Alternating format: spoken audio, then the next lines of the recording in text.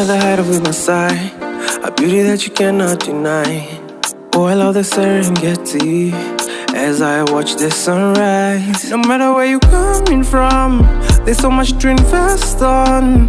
Africa, Mama Africa. There's so much to look at, so much you can invest. Can't even look back. Africa is the best. Welcome back to the channel. It's Lizzabitty. A few housekeeping. Don't forget to like, engage in the comment section, and subscribe. And for those of you who want the Afro-Ethiopia song, I have the link in the comment section for you to go on to Rarible and use your ETH to purchase. Thank you. Now let's get right into it. Recently, the UN had a General Assembly, which was number 76. And the president, Nana Akufo-Addo, spoke at the General Assembly. And something that he touched on, which I will also link at the end of this video, the previous video that I have discussing this particular topic, but I want to discuss specifically what he said to the General Assembly.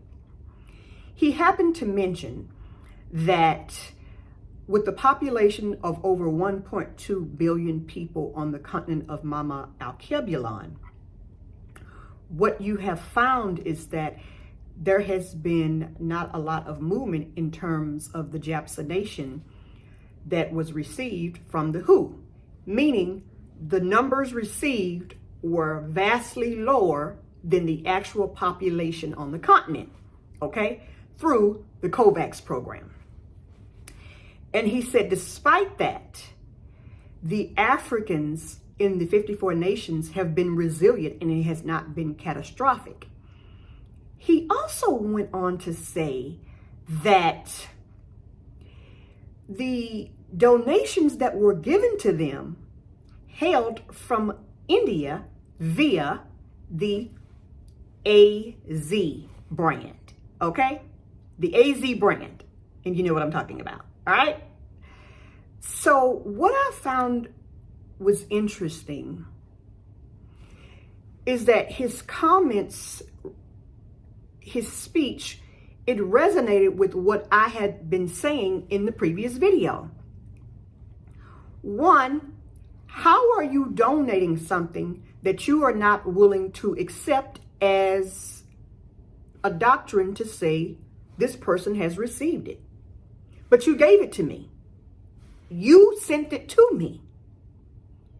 Even though it was made in India, I received it from you via the middleman being the WHO.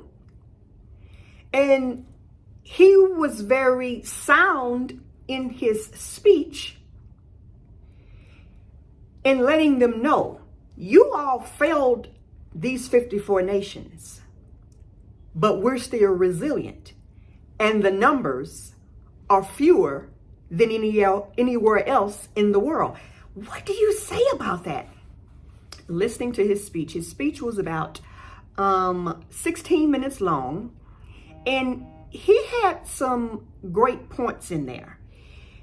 And I contend that we as a unit, as a people, you have to be mindful sometimes when people give you things. I remember an old adage that goes something like this: beware of a gift horse, or if the gift horse comes to look you in the mouth.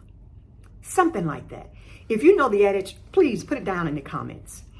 But I thought that it was very astounding that he let them know, he put everyone on notice that, hey, we're not going to mince our words when it comes to our survival during this worldwide catastrophic event. He also made a mention that we had not experienced anything like this. He said, I think he said World War I. And he said that these African nations are basically resilient.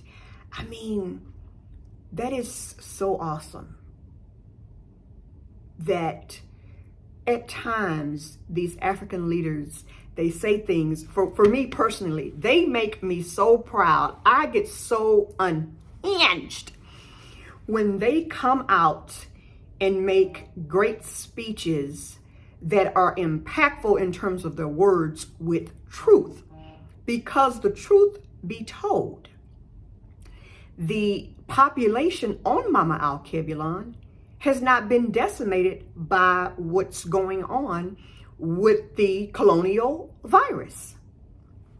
It hasn't been, but others were trying to do that. It's the same in the case with HIV/AIDS. They, meaning the powers from the West, assumed that this was going to just eviscerate so many people on the continent.